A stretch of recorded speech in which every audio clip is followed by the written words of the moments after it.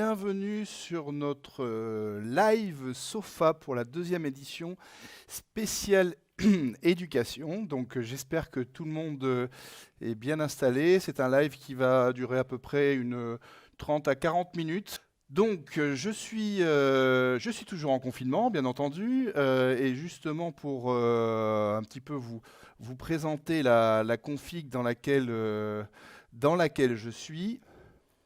Voilà, donc là le concept c'est que aujourd'hui moi j'ai un portable, je suis sur mon ordinateur, j'ai aussi le logiciel qui me permet de streamer, j'ai aussi donc la petite imprimante pour imprimer mes formulaires qui vont bien, j'ai un casque et un micro, j'ai mon kakémono qui va me servir de paravent et puis comme derrière vous voyez mes éléments, sachant que sur la télé j'aurais pu aussi mettre la box sofa pour transformer ma télé et faire du sofa. Ça peut être pas mal pour les enfants plutôt que de regarder la télé. Et donc voilà un petit peu ma configuration que je voulais vous présenter avant de commencer. Il y a quelques semaines de cela, nous avons été, grâce à nos partenaires Speechy et Affinisoft, sollicité par un certain nombre d'entreprises, puisque Sofa au départ est une solution pour les entreprises, mais on s'est aperçu qu'un certain nombre de collèges, de lycées avaient vraiment des besoins là-dessus par rapport à la façon dont les classes devaient être animées. Donc ce qu'on a fait, c'est que on a accompagné un certain nombre de professeurs pour les aider à animer en fait leur cours en classe virtuelle. Le concept, c'est que donc on a ouvert des salles, puisque Sofa, le principe, c'est d'ouvrir des salles et de pouvoir, entre guillemets, donner un libre accès aux élèves qui donc ont reproduit la classe des élèves et où les profs vont pouvoir, entre guillemets, donner leur cours. Ce que je vous propose, c'est faire rapidement le tour des expérimentations qu'on a fait, tant en termes d'université que au niveau du lycée et enfin sur le collège. Chaque élève, chaque prof va pouvoir s'exprimer sur les premiers retours d'usage et ensuite on finira dans un deuxième temps pour voir comment on va pouvoir aller plus loin avec cette solution. Donc on va déjà se rendre compte, donc vous voyez, nous chez Sofa on fait des salles, on en fait plein et donc là on crée cet espace et je vais voir si Monsieur Reyes est dans sa classe.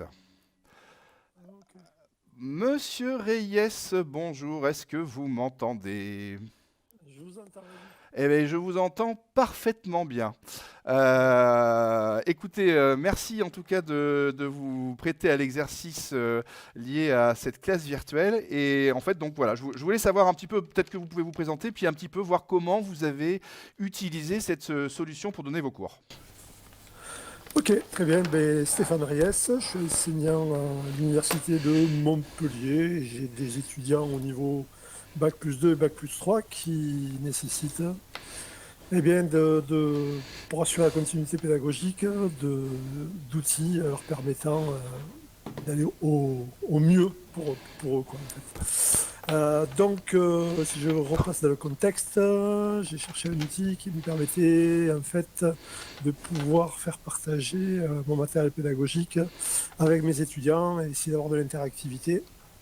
D'accord. Puis je suis tombé sur Sofa et puis j'ai créé la classe avec Yannick. Bon, alors comment vous faites aujourd'hui? Vous avez fait déjà plusieurs cours? Expliquez-moi un petit peu. Alors, première séance vendredi dernier, une séance qui a duré quand même près de 3 heures, donc c'est pas une petite séance, une séance qui s'est déroulée dans une première partie dans une salle de cours. Je sais pas si les personnes voient mon écran. Bien sûr, tout le monde voit ce que... Allez-y, faites-nous le tour, hein. Vous pouvez prendre le rôle d'animateur et puis peut-être nous présenter ce que vous avez construit. Alors, j'ai construit cet espace de la façon suivante. Vous avez deux zones, une zone bleue à gauche qui est une salle de cours et une zone à droite qui est une salle de travaux dirigés. Donc la séance de 3 heures s'est scindée en deux temps. Un premier temps où j'ai amené des apports théoriques via une tablette tactile où là je vous ai fait le PDF, bon on voit pas trop bien peut-être. Ça y est, c'est bon. Ouais, voilà. Donc, via une tablette tactile, en direct, j'ai présenté les concepts de la leçon d'aujourd'hui, thème de l'énergie et de la puissance, donc dans cette zone. Ensuite, j'en ai fait un PDF que je leur ai mis à disposition. D'accord. C'est une séance qui a duré à peu près une heure et demie. Et ensuite, on est passé en TD, donc dans cette salle de TD où j'ai décomposé des tables de différentes couleurs, en fait, qui correspondent à différentes équipes. Donc, j'ai séparé la classe, hein, 1, 2, 3, 4 équipes, voilà, en fonction des couleurs. Avec, donc, si on clique sur la table, on a l'exercice à faire. Donc, ils se mettent par 3 ou 4, hein. Ils font l'exercice. Ils ont un tableau blanc à disposition pour écrire des choses dessus. Et ils ont des petits post-it. Voilà, chaque étudiant a un petit post-it. Voilà, il marque son nom et puis il communique avec ses collègues par écrit. Voilà, c'est comme ça que l'on a travaillé. Une Co- fois qu'ils ont fini, ils m'appellent et je valide. Une fois que c'est validé, ils passent à l'exercice numéro 2, etc. Ça, et c'est pour toutes les équipes. et Voilà. comment ils ont pris, ils ont découvert cette appli? Ça va, ils l'ont pris en main facilement? Comment ça s'est passé pour vos étudiants? Au début, il y a eu une phase un petit peu d'adaptation, aussi bien pour eux que pour moi. Euh, voilà,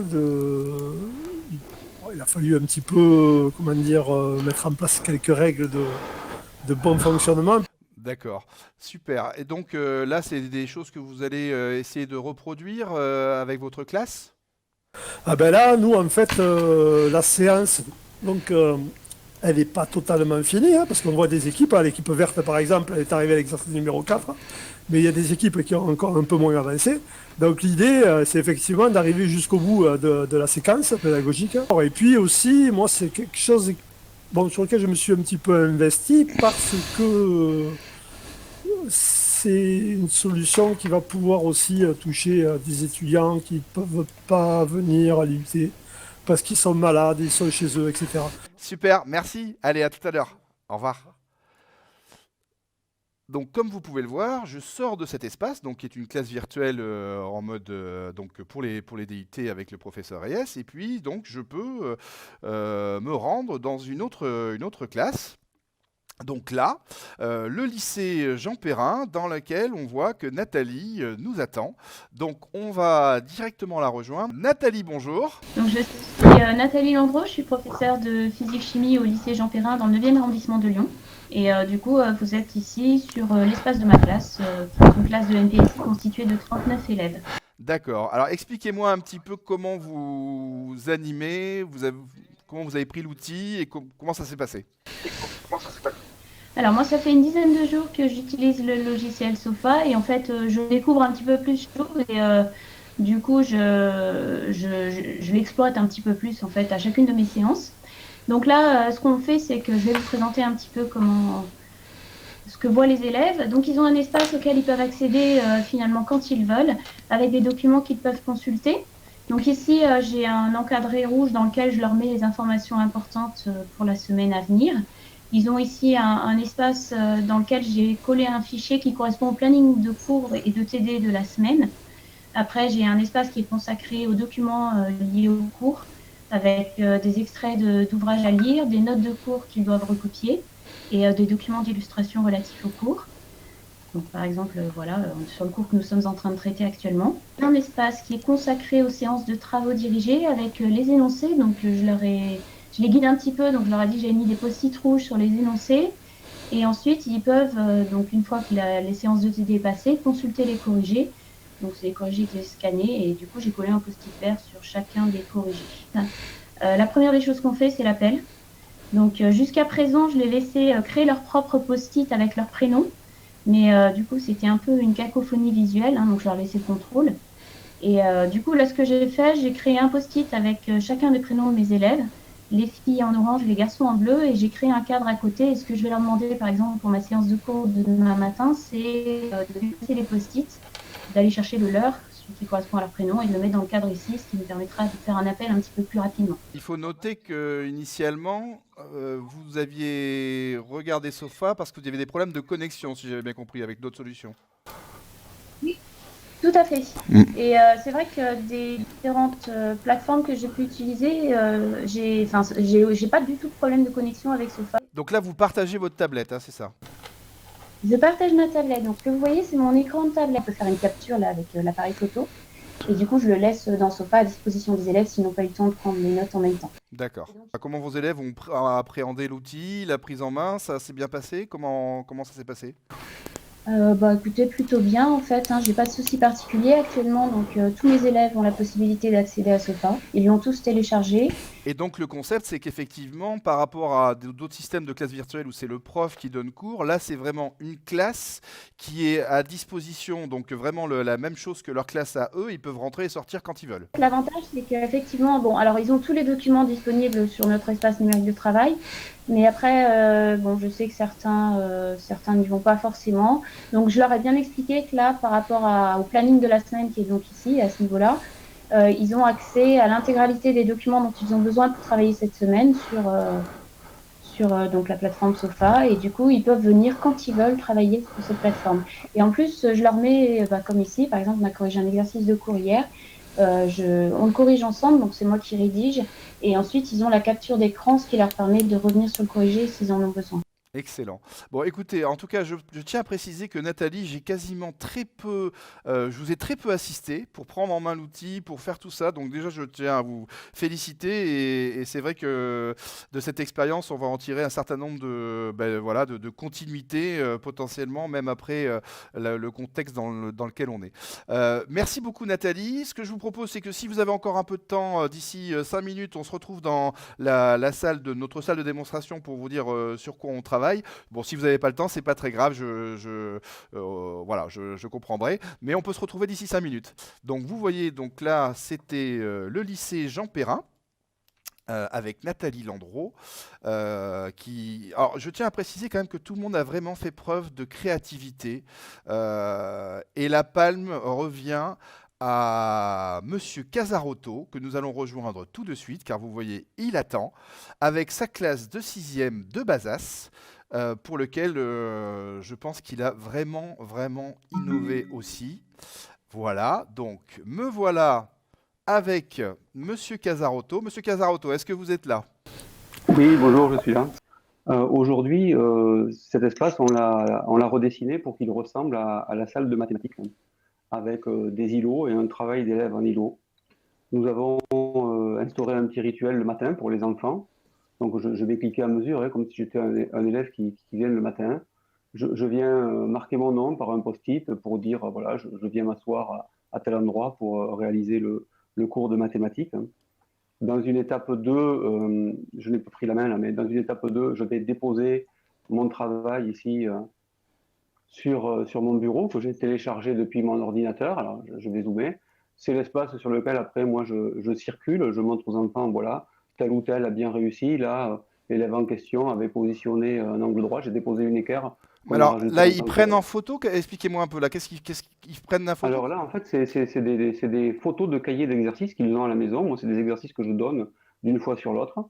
Donc, soit ils ont réalisé dans la précipitation ou sur un instantané un Snapchat avec l'outil Snapchat qui est fourni par l'interface. Sinon, les enfants, le matin, arrivent un quart d'heure, 20 minutes avant dans la salle et puis upload ou téléchargent le travail qu'ils ont réalisé du jour au lendemain, quoi. Alors D'accord. moi, je parcours, je passe, et ça donne une vraie gestion de classe. Je passe d'un cahier à l'autre le matin, je projette à tout le monde, j'interroge tel ou tel pour dire, tiens, est-ce que quelqu'un peut dire quelque chose sur le travail de votre camarade? Voilà, alors on a pu à côté, par exemple, corriger une notation segment et droite, quoi. Voilà, et ce sont des élèves qui interviennent quand je passe au tableau, je leur rends la main. C'est ce que permet entre autres cette interface. Ça facilite le lien entre les élèves, le passage au tableau et l'enseignant qui supervise l'heure de classe.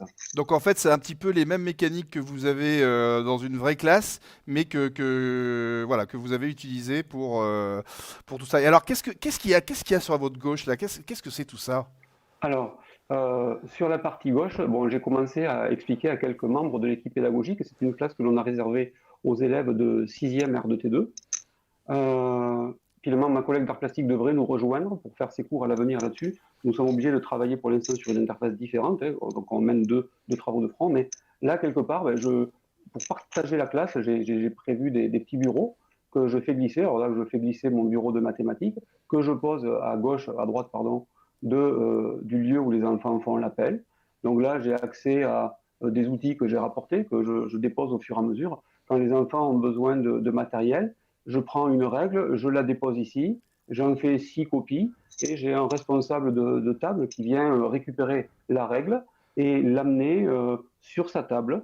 Et chacun, après, se fait une copie de la règle à sa table pour éviter que 26 souris circulent en même temps sur les écrans. Et comment ça marche? Ça marche bien? Comment ils ont pris l'outil? Parce que quand même, vous avez un public jeune. Comment ça a été adopté? Alors, ce sont en effet des petits, mais ils ont pris leur marque. Aujourd'hui, ils sont autonomes pour dire je fais l'appel à gauche, je pose mon post-it.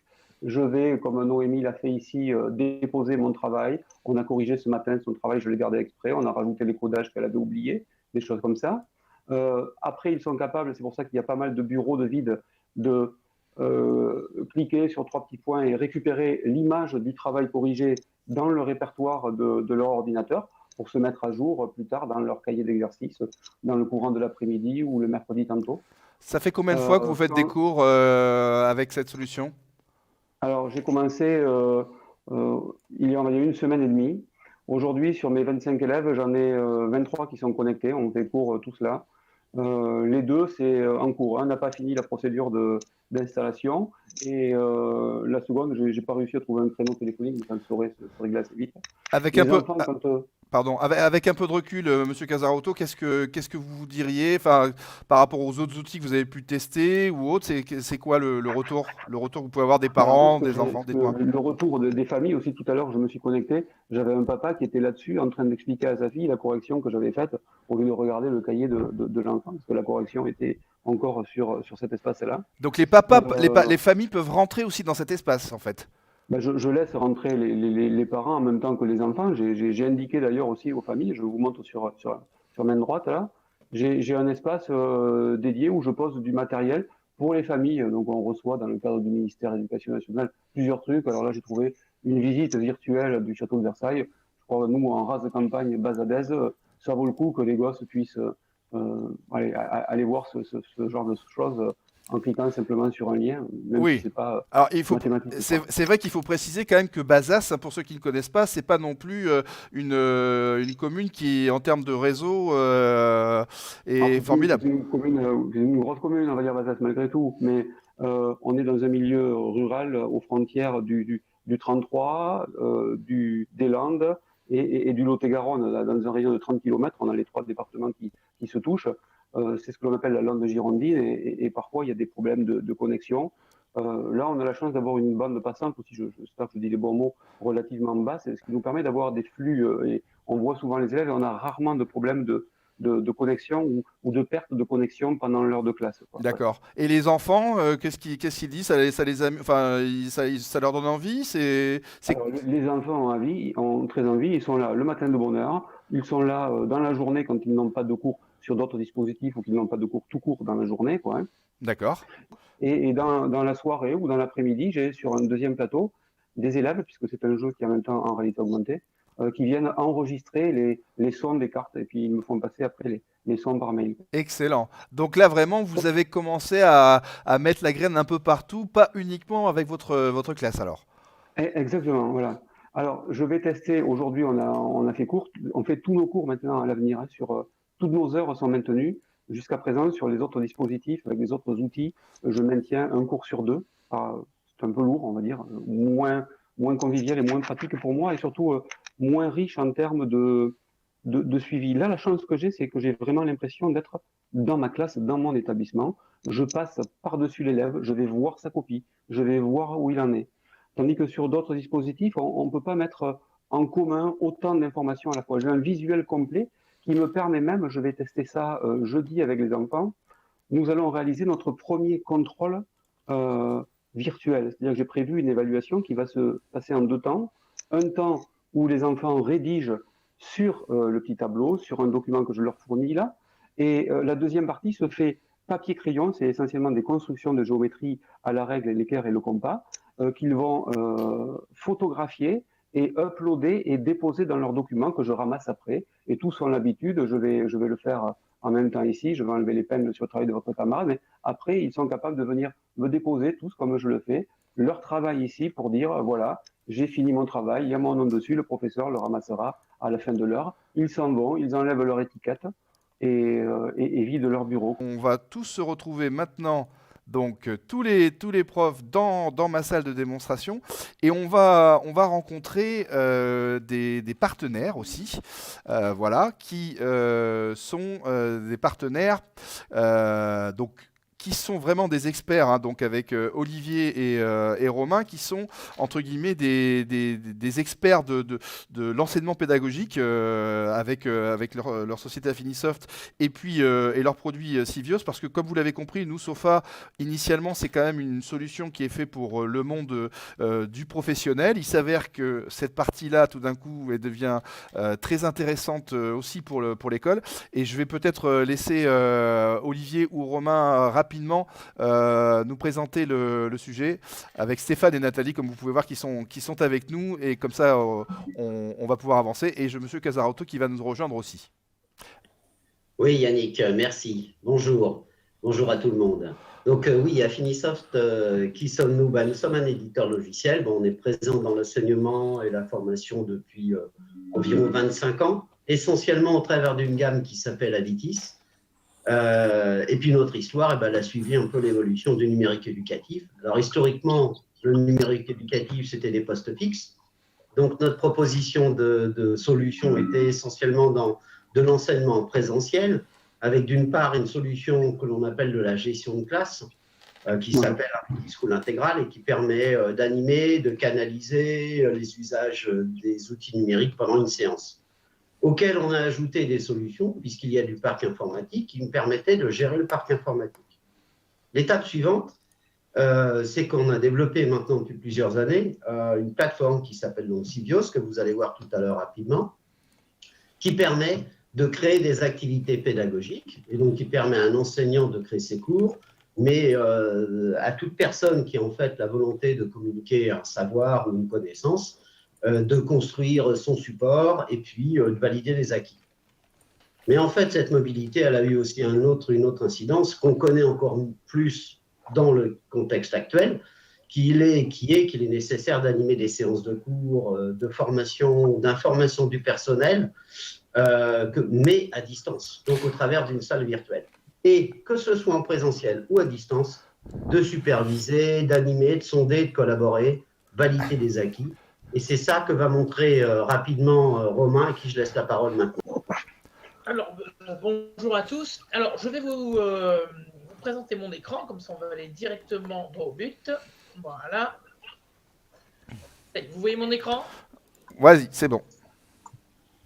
C'est bon pour vous? Impeccable. Bon. Donc là, vous avez l'interface de notre solution de création de contenu pédagogique Civios, et qui va permettre aux enseignants de pouvoir créer des parcours à partir de contenus. Ces contenus, ça peut être n'importe quoi, ça peut être de la vidéo, ça peut être de l'audio, ça peut être une image, du PDF, bon, tout ce qui nous passe sous la main. Et à partir de là, à partir des outils inclus dans Civios, eh bien, on va créer des parcours.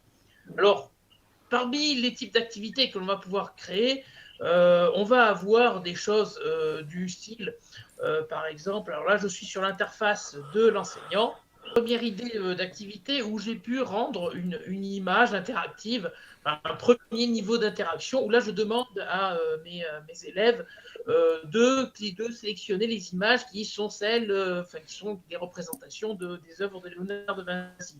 Donc là par exemple, si l'élève fait un clic ici, bon, ça lui dit que, ah ben non, ce n'est pas ça. Bon, très bien. Ben, on va essayer ça. Hop.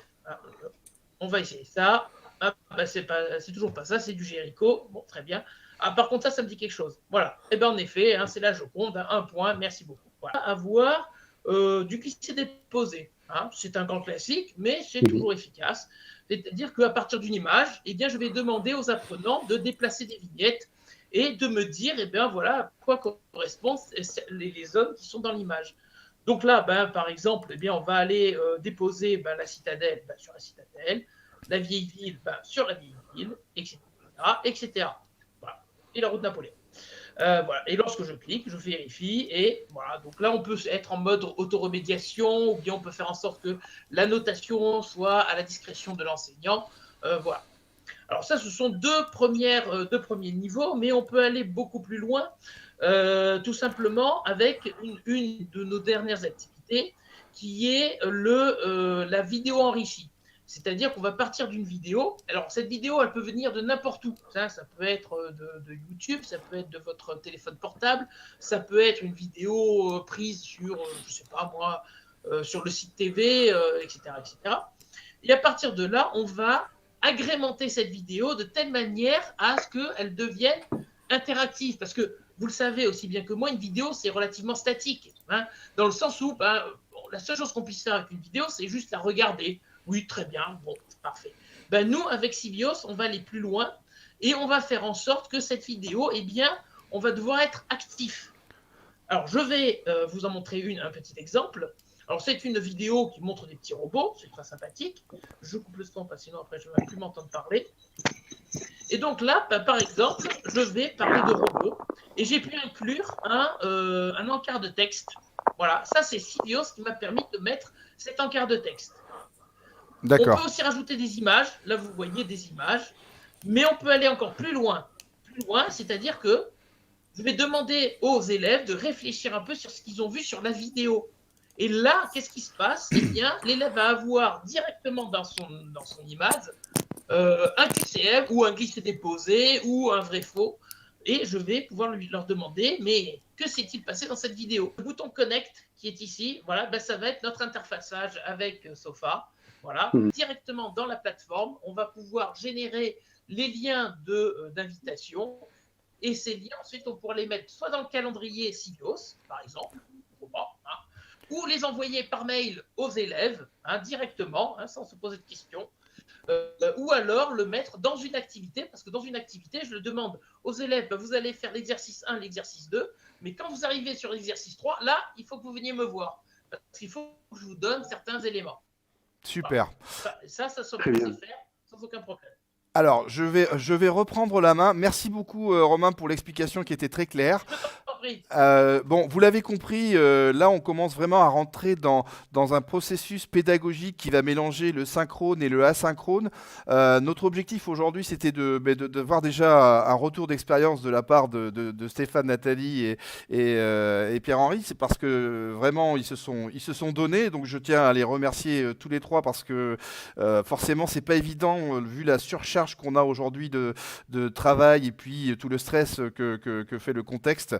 C'était pas évident et voilà, je pense que l'idée c'est qu'on cherche déjà à aller plus loin avec Romain et Olivier pour proposer justement du contenu pour être encore plus efficace et se dire qu'il y aura un après. Voilà, il y aura un après confinement. On fait pas des classes virtuelles, mais en fait on essaye de faire une école virtuelle. La classe devient virtuelle, mais c'est la classe des élèves et où les profs vont pouvoir rentrer pour donner leurs cours dans cette classe virtuelle. Et vraiment, l'objectif étant de garder ce lien qu'on a perdu à cause de ce contexte. Mais je pense que c'est ça qui est vraiment important. Alors, comme on arrive à la fin de ce live, est-ce que chacun d'entre vous, peut-être on va commencer par Nathalie, après je vous libère tous, on pourrait résumer, on va dire, en un mot, qu'est-ce que vous diriez de cette expérience et est-ce qu'après vous auriez envie de continuer ou finalement quand tout le monde va revenir en classe, vous allez passer à autre chose? Alors, moi, je dirais, si je devais la qualifier en un seul mot, je dirais que c'est enrichissant pour moi, parce que du coup, j'apprends de toutes nouvelles techniques auxquelles je n'étais absolument pas habituée. Et par contre, je ne sais pas après si c'est quelque chose que je maintiendrai dans mon enseignement, parce qu'on n'en a pas vraiment l'usage avec les élèves dans le cadre de mon enseignement.